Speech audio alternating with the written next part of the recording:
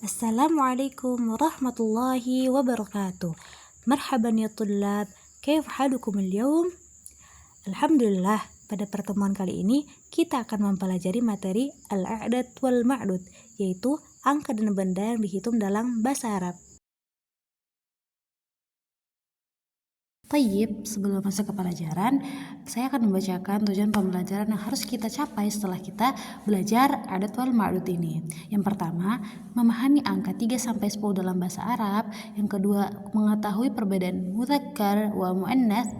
Dan ketiga, menggunakan adat dengan ma'dud secara benar. Tayyib, sebelum masuk ke materi, uridu an as'alukum soalan.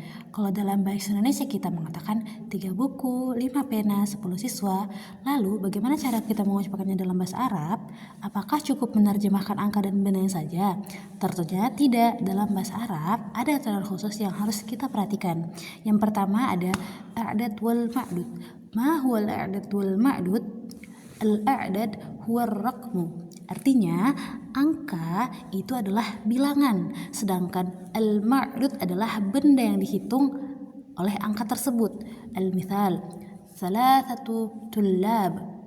Thalathah itu adalah a'dadnya dan tullab adalah ma'dudnya. Jadi, al-a'dad adalah angka, sedangkan ma'dud adalah benda yang dihitung. Selanjutnya, di sini ada kaidah-kaidah yang harus kita ketahui agar kita mudah membentuk mudzakkar dan muannasnya. Yang pertama ada al-qaidatul awwal. Untuk bilangan 3-10, ma'dud itu harus berbentuk jama'. Ini untuk angka 3-10 ya.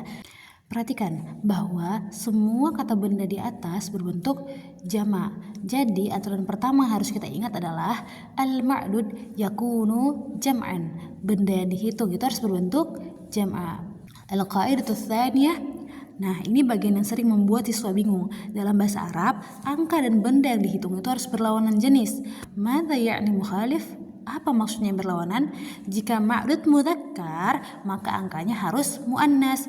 Begitu sebaliknya, jika ma'dudnya muannas, maka angkanya harus mudzakkar. Contohnya ada, unzur ila hadzal mithal, thalathatu tullab. Nah, kata tullabin adalah jamak dari kata talibun dan termasuk mudzakkar. Nah, karena ma'dudnya mudzakkar, maka angkanya menggunakan bentuk muannas yaitu thalathatu. Jadi, tullabin itu mudzakkar, thalathatu itu muannas. Wal'an mithalul tsani, thalathu talibatin. Nah, kata talibatin ini adalah jamak muannas karena ma'dudnya muannas, maka angkanya menggunakan bentuk mudzakkar yaitu thalathu. Nah, mudah bukan? Nah, berikut adalah rumusnya. Nih, seperti yang saya bilang tadi, kalau ma'dudnya mudzakkar, maka kita harus pakai angka muannas. Misalnya salah satu kutubin itu salah satu itu muannas, kutubin adalah mudzakkar. Seperti itu. Begitu pula sebaliknya.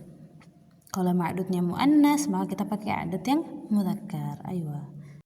Nah, sekarang saya kasih latihan. Coba teman-teman semua buat berdasarkan gambar. Nih ada gambar baqaratun. Baqaratun adalah apa?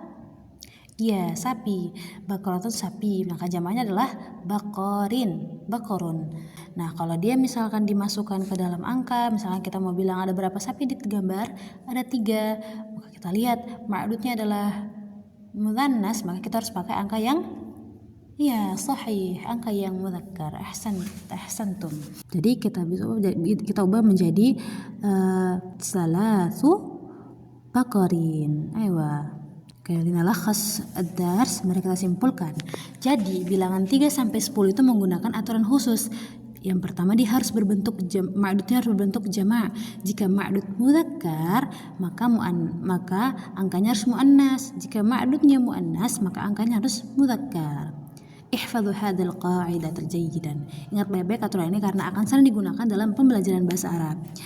Oke, ahsantum ya tullab. Karena hari ini kita telah mempelajari materi al-a'dad wal ma'dud, atamanna an takunu qad fahimtum hadzal dars jayyidan. Sampai bertemu pada pelajaran berikutnya. Wassalamualaikum warahmatullahi wabarakatuh.